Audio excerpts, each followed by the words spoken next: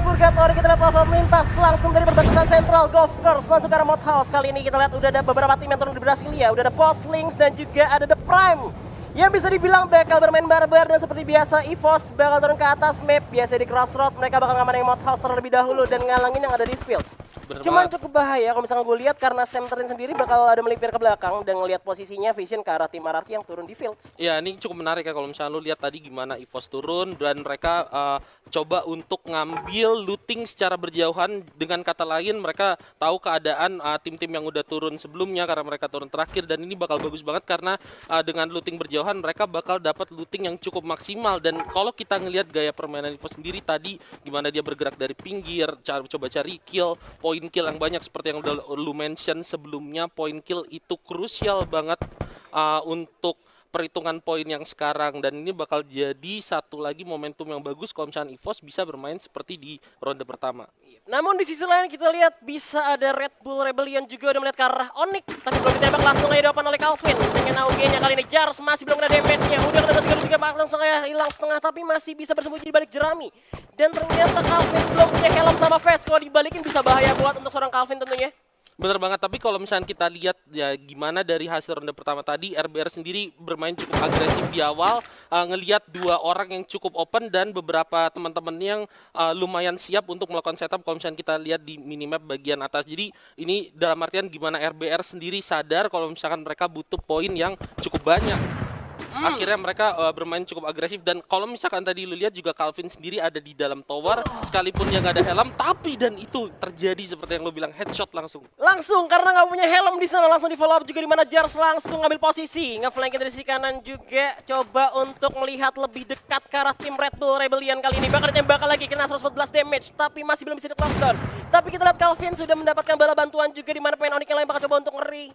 Ini dong loading dulu maksud gua, yap. Bener banget, karena ini kalau misalnya lu lihat juga cukup lama ya apa yang dilakukan oleh RBR dan Onyx clash mereka ya kan, tahan-tahanan sampai akhirnya ada satu orang yang ke knock up, dan mungkin ini ada info juga dari para pemain Onyx tadi yang berhasil pemain RBR. Tapi kita lihat setup dari RBR sekarang. Yap, Jars udah kena tembakan yang lumayan sakit juga dari seorang Z juga dengan Scar tentunya, yang masih Iza yang udah megang AK-47 nampaknya. Di balik batu masih bersembunyi juga, cukup aman tempat ya. Cuman Z juga bisa memanfaatkan patahan yang ada. Jadi dia bisa ngintip-ngintip dulu sambil nge-strafing pastinya ke arah Wiza, dan Jars nggak punya medkit gua rasa karena dia nggak pakai medkit sampai saat ini. Bener banget, ini pemanfaatan patahan yang cukup bagus seperti yang lu bilang dari Zay, dan ini cukup berbahaya karena udah nggak ada medkit di pemain Onyx, ditambah lagi para pemain RBR juga udah mulai mendekat, kayak mereka siap-siap untuk ngeras kalau misalkan flank yang dilakukan di sini Zay berhasil mungkin dapetin knock up dari Jars atau pemain Onyx lainnya. Iya, ini Jars harusnya udah dapetin medkit dari kawannya, dia tapi takut untuk mundur juga karena di tower masih ada pemain dari RBR. Ini bisa menjadi ancaman juga sehingga Jars kalau misalkan dia moving dari arah open field bisa kena tembak ke arah seorang Jars. Dan masih kita lihat di sini RBR bakal untuk melakukan back off terlebih dahulu, dimana Calvin udah kelihatan sama Argon kali ini. Dan kalau misalnya kita lihat, yap masih coba bergerak, Alok udah diaktifkan, masih ada inhaler juga bakal coba untuk moving lagi, masih ditembak dari seorang Zico dengan karnya ke depan. Tayo masih bisa aman tentunya dari kejauhan. Ya, tapi kalau misalnya kita lihat sendiri di sini dari arah zona, ternyata Onyx lebih diuntungkan, dalam artian kalau misalkan nanti para pemain RBR memutuskan untuk masuk lewat sini, Onyx bakal punya kesempatan untuk motong rotasi mereka dan nungguin di dalam zona. Di sini juga kita lihat Tayo udah punya obstacle yang cukup bagus, ada batu, dan menariknya para pemain RBR mungkin ngelihat keadaan ini dan mereka tahu ini zona pertama, masih ada 12 tim yang hidup, dan mereka memutuskan untuk pergi cari lootingan, jangan terlalu lama maksain untuk masuk ke dalam lewat situ. Ya, namun di sisi lain kita lihat di rumah batu udah ada dua tim, yaitu Links nih Boss dan juga BTR Pit yang bakal coba untuk masuk dulu. Ikam bakal coba untuk nge-shot dulu dengan quickscope, dengan snipernya pastinya masih bisa mengamankan juga batu di bawah.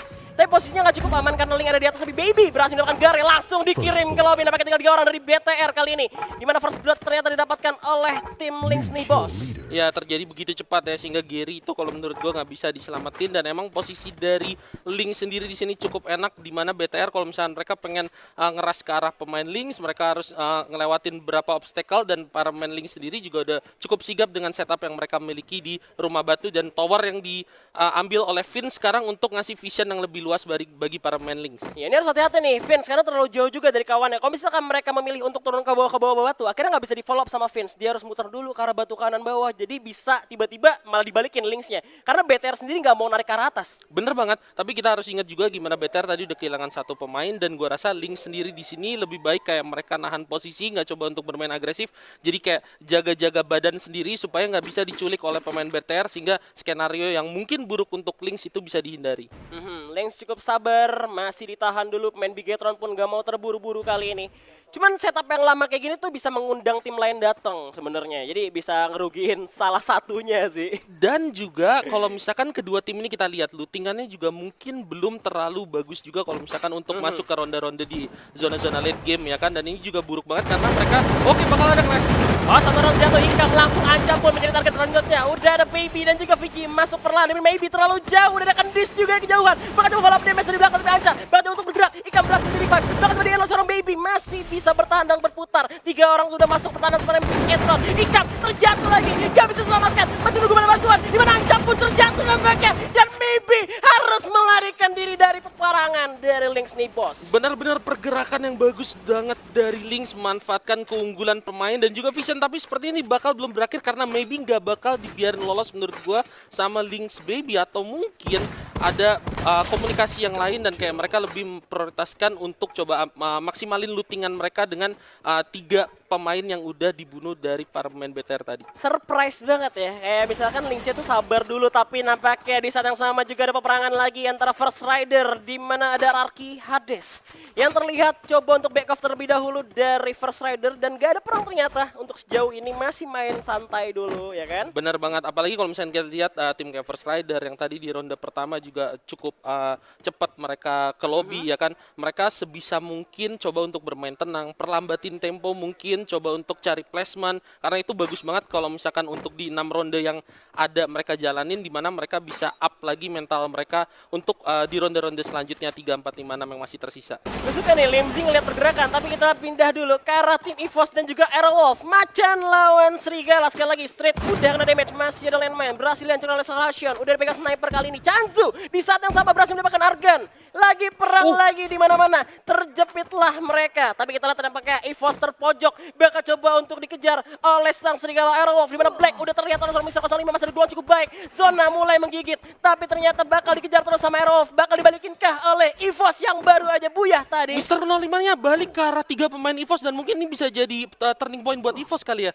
Zonanya masih belum sakit-sakit banget, jadi masih bisa dibalikin banget kalau misalkan lu main perang di dalam zona. Ini bisa menjadi ancaman juga untuk tim Aerowolf, juga tentunya kali bakal ditembak, tapi Septertin berhasil dijatuhkan. Tinggal 3 orang dari EVOS, Abu Street, Mr. 05, tinggal 2 orang lagi. Aerowolf mulai membabi buta, tinggal Mr. 05, habis buya, terbit satu, tapi kita lihat masih 60 guys tersisa, masih coba untuk dihajar lagi, tapi ternyata EVOS berhasil dieliminasi di posisi ke-12.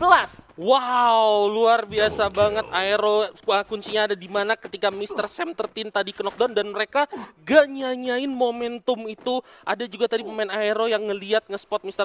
05 jalan lumayan jauh dan gak bisa nge-backup teman-temannya yang ada di balik rumah, dalam rumah, dan akhirnya momentum itu dimanfaatin dan mereka berhasil ngeratain EVOS. Yep, tapi di sisi lain kita lihat di Brasilia udah ada perang lagi antara The Prime dan juga Louvre kali ini. Di sisi lain juga ada Boss dan juga Onyx, ada Ararki juga, Lynx nih bos juga masih ada di luar. Cukup ramai nampaknya di Brasilia kali ini. Ya bener banget, udah ada 1, 2, 3, 4 dan kalau misalnya ada Lynx dan FR juga kurang lebih ada 4 tim di Brasilia dan di sebelah kanannya ada 2 tim yaitu Lynx dan First Rider. Ini bakal tricky kalau misalkan zonanya itu mental ke arah sebelah kiri dan ada beberapa tim yang harus ngelewatin Brasilia yang cukup ramai kalau misalkan. Oh, tapi ternyata zonanya cukup banyak sama First Rider dan kita harus ingat First Rider adalah salah satu tim yang cukup baik kalau misalkan mereka dapat zona yang kayak gini. Kalau gak salah di Free Fire Master League mereka pernah ngamanin satu tempat di factory dan mereka stay di situ, mereka dapat equipment yang bagus dan mereka berhasil dapetin buya. Iya, gue ingat waktu itu juga memang bagus banget untuk penempatan posisinya di dalam zona-zona terakhir. Namun kalau misalnya kita lihat kali ini masih ada 11 tim dengan zona yang bisa dibilang sudah mengecil. Dan Louvre bersama The Prime kali ini masih belum selesai juga peperangannya karena di sini The Prime pun masih melihat tim Louvre yang masih menembak ke arah atas. Sedangkan kalau misalkan gue lihat posisi sebenarnya masih lebih enak ke arah The Prime ya. Kalau misalkan mereka nggak mau maksa untuk masuk. Iya bener, tapi kalau gue gak salah mereka juga harus hati-hati karena di sekitarnya ada tim yang lumayan dekat sama mereka dan kalau misalnya mereka nahan lama-lama kayak gini mereka bisa jadi korban third party. Kalau menurut gue ini juga salah satu hal yang harus diperhitungkan karena zonanya tadi juga udah kelihatan bergerak ke arah kanan. Mungkin mereka bisa mutusin antara mereka mau jalan atau enggak, tapi satu orang main The Prime di situ udah di knockdown.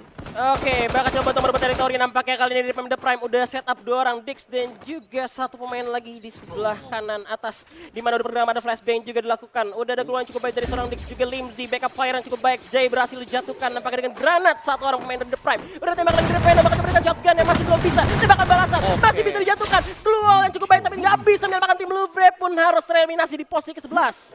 The Prime yang udah berhasil ngebunuh satu pemain Louvre tadi, mereka bener ngejaga Louvre supaya gak bisa kemana-mana dan knockdown yang udah dilakukan oleh tim The Prime tadi akhirnya nge-trigger The Prime untuk ngeras langsung dan mereka berhasil ngeratain para pemain Louvre dengan rapih tanpa harus kehilangan satu member pun. Dan ini kalau menurut gue bagus banget. Kita harus ingat The Prime emang tereliminasi cukup cepat di ronde pertama tapi mereka berhasil dapetin kill yang banyak. Kalau misalkan mereka di ronde kedua di Purgatory, mereka bisa comeback, mereka bisa main rapi. Apalagi EVOS udah tereliminasi, nggak menutup kemungkinan mereka mungkin bisa dapat buya dan dapat kill banyak sekarang. Iya, itu makanya tadi gue bilang juga sempat notice kalau misalkan The Prime punya potensi untuk kayaknya main EVOS lah bisa dibilang. Dan EVOS sendiri sebenarnya cukup aman-aman aja untuk sejauh ini. Kalau misalkan poinnya itu ternyata bedanya ada 20 poin antara EVOS dan juga The Prime. Cukup jauh karena dia dapat 52 poin di game pertamanya.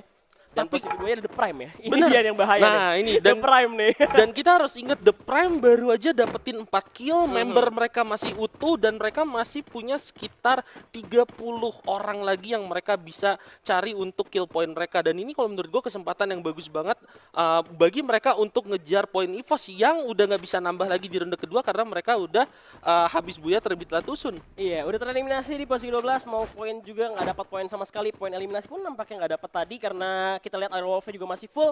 Jadi kalau misalkan sekarang The Prime bisa buya, terus dapat poin yang bisa bilang 20, 30 poin aja lah. Itu udah nyusul EVOS buat nanti standing round 2-nya. Ya, dan gak cuma untuk The Prime doang, beberapa tim lain yang juga mereka udah dapetin 10 poin ke atas, mereka juga punya kesempatan untuk nyusul EVOS dan ini bakal jadi bikin grand final Free Fire Indonesian Master 2024 bakal lebih menarik lagi karena kalau misalkan tadi EVOS masih ngedominasi sampai ke ronde kedua, kita harus ingat EVOS adalah tim yang cukup konsisten. Ini bakalan sulit banget mungkin bagi tim lain ngejar, tapi sekarang EVOS-nya udah tusun, udah terjatuh dan kesempatan untuk ngejar EVOS jadi terbuka lebih lebar lagi bagi tim lain.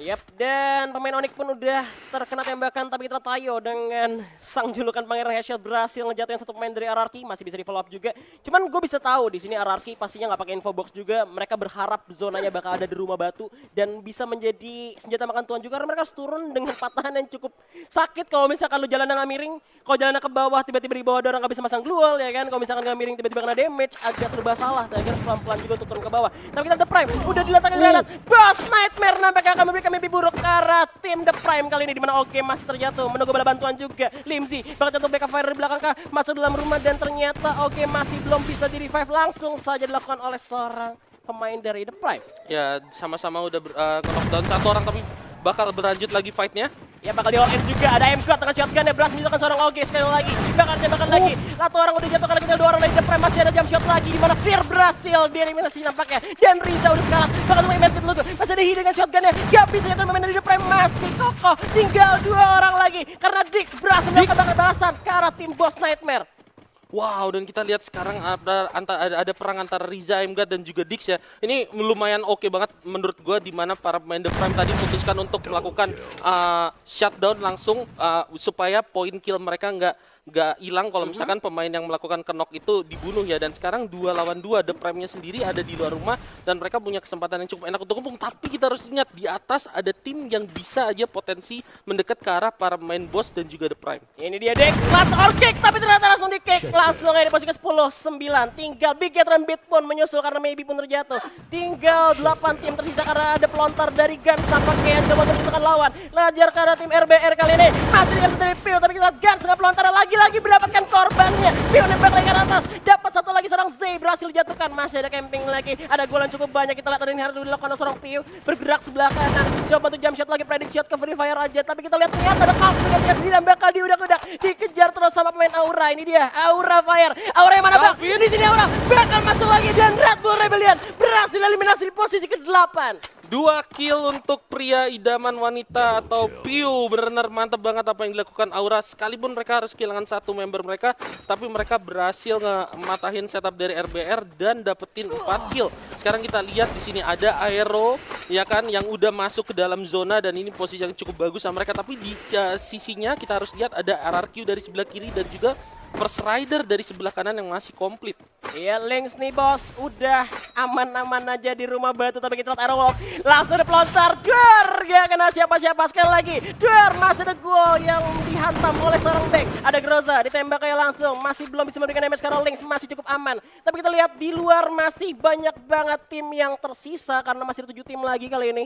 Ya ini kalau nggak salah rumah batu di awal yang dimana para pemain Lynx tadi itu udah berhasil ngebunuh beberapa orang ya dan dapetin kill point dan mereka cukup lama bertahan di sini ya kan dengan perlengkapan yang mereka punya, dan ini kalau menurut gue bakalan cukup sulit kalau misalkan mereka bisa diserang dari berbagai arah ya. Tapi kita lihat di sini sepertinya Lynx dari juga udah melihat para pemain RRQ dan nggak langsung nyanyiin kesempatan karena udah ada zona juga yang ngejar RRQ dari belakang dan mereka coba untuk memanfaatin kesempatan itu. Gua suka nih zonanya keluar semua, jadi harus pada turun dari rumah batu juga pastinya karena Lynxnya masih bertahan di balik blue wall yang udah dibikin apartemen juga sama pemain The Link nih bos kayaknya. Tapi di luar ada M-Souza dari First Rider berhasil menentukan lawan dengan pelontarnya tentunya. Dan kita lihat Joker masih ada M-Souza lagi, masih dishotkan oleh Candice. Kali ini masih belum bisa dijatuhkan. Ada Deadly, ini snipernya berhasil mendapatkan Souza dari First Rider. Tinggal 2 orang dari lini bos, tapi masih bisa bertahan. Kumpul semua sini, gelut kita ayo. Tapi kita orang dari Aerowolf, tampaknya dijatuhkan oleh RRQ mulai masuk ke pertahanan lawan. Satu persatu dijatuhkan, karena kita lihat ada Chansu dari belakang. Coba tolong backup fire, dimana Aerowolf terjepit, nampaknya nggak bisa kemana-mana. Masih ada Legalot lagi, sang kapten terkuat dari bumi. Masih ada Jans yang tersisa dari Aerowolf, tapi kayaknya bakal di all in oleh RRQ dan Aerowolf Pro Team. Harus tereliminasi di posisi ke-5. Wow, pelan tapi pasti. Kita lihat gimana RRQ tadi ditembakin oleh para pemain Lynx ketika mereka dikejar zona dari belakang, namun mereka berhasil menghindari tembakan-tembakan tersebut dan mereka langsung nge-spot musuhnya ada di rumah batu. Langsung diselesaikan begitu aja oleh RRQ dan sekarang kita lihat, wow, Lynx di sini bakalan tersisa 1 orang doang dan ada Aura yang akan berhadapan dengan RRQ. Aduh, Connor nampaknya terjebak dalam nostalgia, nggak bisa kemana lo. Masih ada Legalot dari belakang, bakal tembak lagi, masih ada gol tapi di pelontar nampaknya dari Legalot. Berhasil mencetak kedua lawan, tinggal Gans sendirian. Masih ada gol cukup baik dan tinggal kita lihat Chansu. Dan bakal melakukan korbannya ke Gans tinggal sendirian bakal memanfaatkan pohon yang ada. Tapi kita lihat 1 lawan 1 karena Legalot belum bisa diselamatkan karena ada tembakan lagi dari Gans 1 lawan 1. Ayo kita ajar dimana dengan pohon yang masing-masing bakal coba untuk nge-strafing nampaknya. Ini VSS lawan AR ya. Iya, VSS Wow. terbakar-bakar tapi nih. Tinggal kita lihat nih, glue wall-nya ada 1 nih, Chansu nih. Tapi Gans nggak punya glue wall, sedangkan Gans megang shotgun, Chansu ada shotgun juga. Oke, Oke. sama-sama adil aja lah ya. Benar. Tinggal zonanya narik ke siapa nih. Alok diaktifkan, masih ada gol bakal Mexican untuk stand maju. off. Granat disiapkan, bakal dilontar ke arah depan, masih ada PD banget. Dan Aura Esport pun rata karena RRQ mendapatkan booyah di game kedua kali ini. Jump shoot dan buya dari Chansu.